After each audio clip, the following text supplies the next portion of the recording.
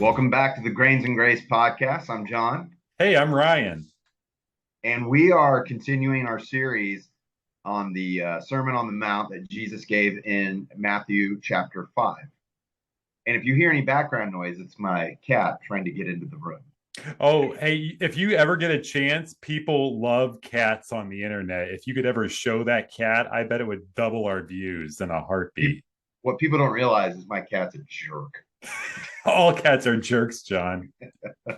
Your cat is just a cat. That's redundant. He's such a jerk. But yeah, we're continuing our series. We were talking about the Sermon on the Mount, and we got into it. We did the blessed bees and had some different thoughts on it. I want to encourage everybody, if you haven't read and you want to keep up with us this week, we're on Matthew chapter 5, I think verses 13 through 16 this week. Is that correct? Yeah, we're going to be starting off with 13 in this section. We did you said the blessed bees. I've never heard it that way before, but I was teaching the Beatitudes to some of our high school kids a few years ago. And I Uh-huh. just remember asking the question, does anyone know what a beatitude is? And one of our high school girls kind of sheepishly raises her hand and she says, bees with attitudes.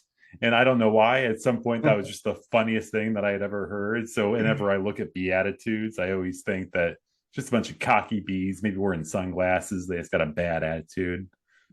See, I thought it was because when Jesus delivered it, for some people, it really stung. Oh, I wonder if I have a rim shot like noise that I can add in the editing. We need to. That'd be awesome. Yeah, just for that. Um, So, and I also want to remind everybody that you can go through Luke chapter 6 verses I can't remember, and yes, that's a real verse. And a Jesus is delivering a similar sermon to the one that's the Sermon on the Mount. He's obviously delivering this at a different place and a different time, but it's a similar message because Jesus was delivering a similar message. So I want to encourage everybody to do that. Just to always get all your background in this and interpretation things. And then another thing I like to do is when I read Matthew specifically, Matthew chapter 5, 6, and 7, those three chapters, I like to use the Bible to interpret Bible or use the Bible to kind of comment on the Bible. And so what I like to do is read the book of James to interpret or comment on Jesus's teachings in Matthew 5, 6, and 7. So I would encourage people to do that as well. I think they'll be interested to see how much what James is saying, the brother of Jesus, is in the way he's saying things and what's happening in Matthew there. So well, just John, it's something. good you're doing it that way because that's exactly how you should read and interpret the Bible is using scripture to interpret scripture, especially Oh, when we're going through the Old Testament. I thought we were supposed to use a newspaper and some books written by Jerry Jenkins and Tim LaHaye. Yeah, I like to get those little when you're at the Christian bookstores, they have aisles of like Book of Matthew, everything you need to know with like full commentary. So I don't want to have to learn for myself. I just want to read someone telling me exactly what everything Somebody means. else's thoughts. Yeah, Yeah. yeah. And unfortunately, that can cause a lot of problems. Huh. Um, Sounds yeah. like something we've talked about before. Yeah. Well, do you want to give our thoughts now? Our thoughts that Yeah. everyone should agree with? Yeah. Here's what everybody's supposed to believe. I hope everybody's ready for this. Uh-huh. No, basically, you want to read a little bit of it? I know we normally don't want to read too much to kind of drag it down, but do you want to read a little bit of it? I'm Or? going to read the whole salt and light section because it's Yeah. good. It speaks on its own and it's not a long chunk. So, are you And we ready can for kind of this? paraphrase the light part. Yeah, yeah. So, just start with salt. Oh, I thought that's what you said. Okay, yeah, read the whole thing. Salt and We'll light. read the Yeah, whole thing. It's short. You'll yeah. love it. So, this is Matthew 5, starting with verse 13. Okay. You are the salt of the earth. But if the salt loses its saltiness, how can it be made salty again? It is no longer good for anything except to be thrown out and trampled underfoot. Was that you trampling salt? Yeah, I was like tap dancing on salt. Go ahead. All right. You, John, you are the light of the world. A town built on the hill cannot be hidden. Neither do people light a lamp and put it under a bowl. Instead, they put it on its stand, and it gives light to everyone in the house. In the same way, let your light shine before others, that they may see your good deeds and glorify your Father in heaven. Salt and light. Salt and light. Let's unpack that. It seems pretty obvious, but you know, what does it mean to be, first of all, salt's a preservative, Uh huh. and salt flavors food and makes things taste better. I can Yeah. think of, like, I don't know if anybody's ever eaten chicken without putting salt on it, but it's pretty disgusting. Yeah. There's lots of foods without salt that it's bland. It's not good. It doesn't taste Mm-hmm. good at all. You know, and something about, there's something to be said about this life. Um, Having God in this life, and I think you'll agree with me a little bit, maybe, because I think we both experienced this, that we experienced times in our life where we lost our faith, where we didn't have faith, Yep. and there was something about a quality to the life. It was just empty. And when when I don't want to say whether we got had God come back or our hearts were opened again. I think that's a better way to say it. When our hearts were opened again to receive God's love and message, Mm-hmm. there was a flavor to life again. Would you agree with that? I would agree. And I had to think, yeah, as far as theologically speaking, yeah, since because God never leaves us, it's always Right. us and our own barriers. So yeah, opening back up again, letting him do what he wants to do. Yeah, absolutely. That's the right way to say it. But yeah, I'd agree. It's hope. It's knowing there's not something more. There's a lot to be said about hope. I mean, that sounds like an obvious thing, Yeah. but when you know that there's something more in this world, or there's more purpose, not just for the world itself, but for you within the world, oh, Hmm. without a doubt. Yeah. Yeah. And it's not just because I mean, nobody really knows what that looks like, or we're only given so much in the Bible, but just knowing that God has purpose in our life too. That it's not a meaningless existence. It's not just like you're gonna accomplish whatever you want, but in the end you die. It doesn't matter. And oh, by the way, the Earth is going to get burned up by the sun in 5 billion years when it does its final expansion. It's like Mm-hmm. there's more to it than that. It's not this nihilistic view of life, and I know people would say, you don't need God to be happy. You're true, but you do need God to have a reason for why you're happy. I mean, Mm-hmm. because I just see that, and I experienced it, that at first it seemed all freeing and everything, but there was just something so empty about existence and life, and it wasn't something that was fruitful either in life. And in the same way, when we have that, we experience God's salt, um, to be salt to others, right? Yeah. To be that, preservative, and to be that flavoring to another person. Mm-hmm. That's an interesting. Let's unpack that. What is Yeah, that? I actually, it's funny that this was where we came because for my stepkids' school, it's a Christian Lutheran school and they have chapels every single Wednesday. And I get invited every once in a while to lead one of the chapels. And guess what? Just 2 Wednesdays ago was my section of scripture for this. This one. Matthew 5, starting at 13. So I've got the idea and the topic and all kinds of examples fresh on my mind. And as I was thinking about it, because there are those two examples of what salt does, it preserves and keeps things from spoiling, and Mhm. it also flavors things. And and tell me what you think about this. As I was thinking about it, I think about the preservation idea of salt for myself. Like once I know God, yes, He's brought the flavor and life to my world, but He kind of preserves me and is able to help me be salty for other people to bring that joy. So as far as like the flavor, we're called to be salt. So we're supposed to bring God out into the world and make it a better place by sharing love and joy and kindness and all that with it.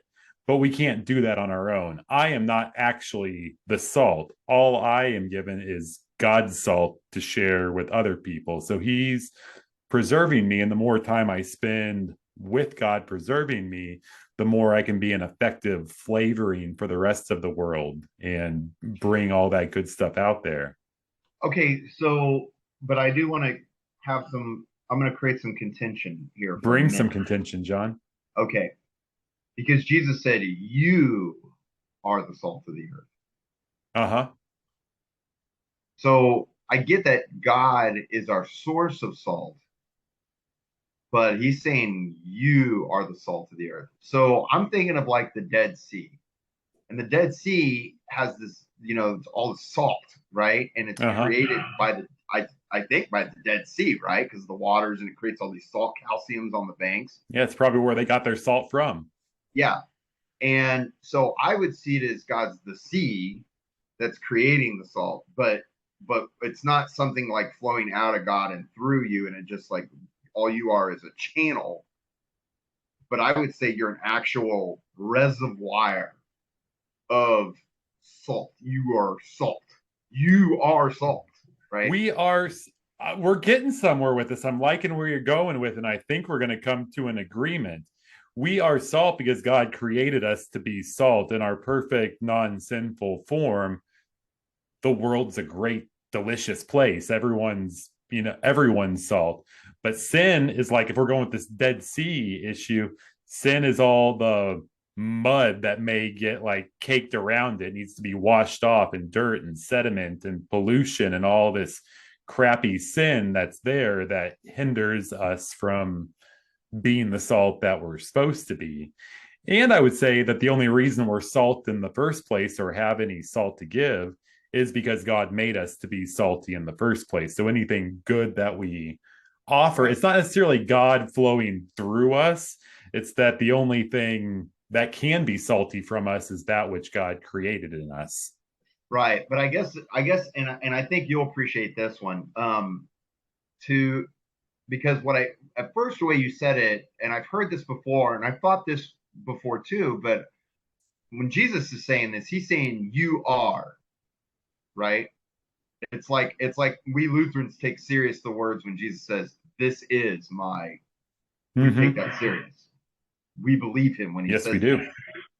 And so when Jesus is saying, "You are," that means you are. Mm-hmm. Um, you are the preservative of life. You are the preservative of life. You give life flavor, give this world flavor. You are the ones that do that. I agree. He And it's did just go on though to say, "What good is salt if right.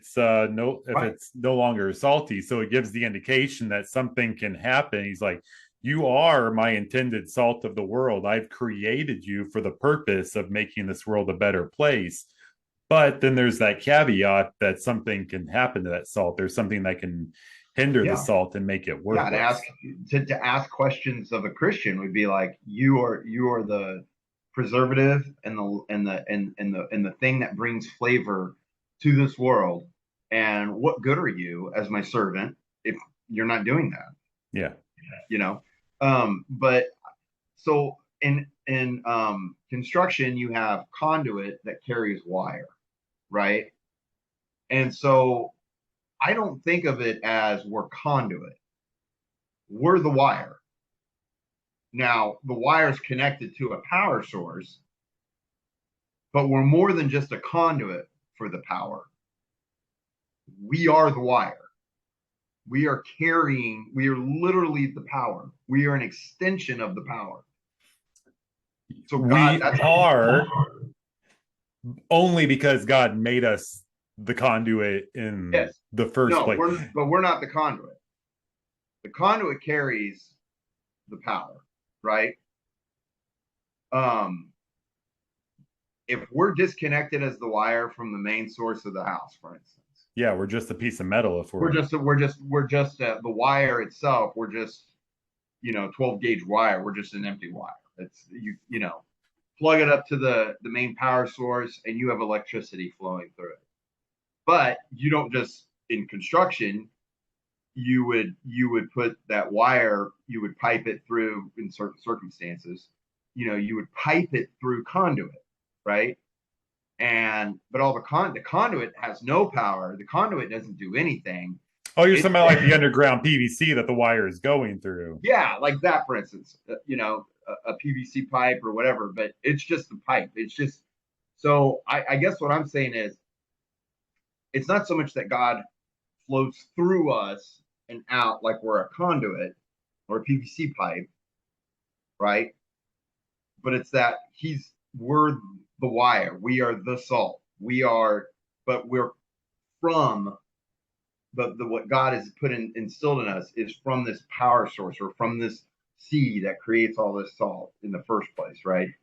In that way. And so I just think that there's something there. And what God's saying is like there's this material reality to this spiritual thing that God has done in our lives, that it actually manifests itself materially in ways that God calls us and leads us to. Mm-hmm. Is that making sense? I think we are. You know what I've realized, John, Hmm. is maybe we're either really good at this imagery and metaphors and no one else can keep up with us, or just maybe we're really bad, both of us, at trying to. Yeah. Pretty sure we're bad. No. I still think about our horse and lantern in the woods. Ever since we tried, I asked you if Jesus was the horse. I don't. We should do a whole episode just compilation of just our metaphors. But in this case, salt. You know what? With your whole conduit wire power source thing, maybe it's easier for us to focus on the light portion of what he was saying as opposed to the salt, because you can't plug salt into a wall, but you can plug light into a wall. Right. But this again is my point when he says you are the light. So a flame is the burned manifestation of a fuel, right? Mm-hmm. Now, God's our endless source of fuel, but we are the light that is the result of that fuel. And so we're not just a lamp. Like when they're using lamp, they're not talking about like a stand, but you still no, they're thinking like an oil lamp. Yeah, they're talking about an oil lamp, but we're not just like in our terms, in our today, we're not just this lamp that without the bulb, it's just a lamp. It's like, but we are the bulb. That's the actual lamp, and we are the bulb. And when we're plugged into the power source, God is our power, God is our strength, God is our everything. We illuminate this light. And that's so God wants us to be plugged into the energy that is him, who he is. And I hope nobody's hearing this. I'm saying the word energy and I'm realizing there's probably all sorts of people that are like, oh man, yeah, like, God's energy. No, I agree. Everyone should really check their God chakra right now. And yeah, check your chakra. I am not meaning it in that way. But I am trying to make a point here that as our source for life and for everything, is God not just flows through us, but is making us light and salt. We want to hold on to that, and we want to be that. We don't want to hide our light. We don't want to lose our saltiness. I think there's something to be said there about the idea that you can lose your saltiness. Like, you can lose your saltiness. Yeah. But you can lose your saltiness, can't you? You can lose that thing about you as a Christian because for lack of not staying in the word, maybe. Mm-hmm. Or you decided maybe I don't want to go to church anymore. and or maybe you've decided, you know, oh, it's not cool to be a Christian, you know, whatever it is, and all of a sudden you've lost this thing in life that actually you don't realize what you do for people that makes people's lives better. Yeah. Our God's not a fickle God. I want to clear. Yeah, we absolutely can. It is a reality that we can lose our saltiness, that we can lose our redemption completely. It's God is stronger. I used to, because, we both kind of been in some like non-denominational kind of floofy churches and stuff. Right. Have you ever been to a church where like you see the same person go up every Sunday and like reaffirm their relationship with Christ because they had a bad week? Then the pastor gave a message and he's like, "Oh, I'm back here again." Then 2 weeks, yeah, I got in that trap myself too, where it's like I we was see it raised as Southern Baptist. I got saved 7 times before I was 8.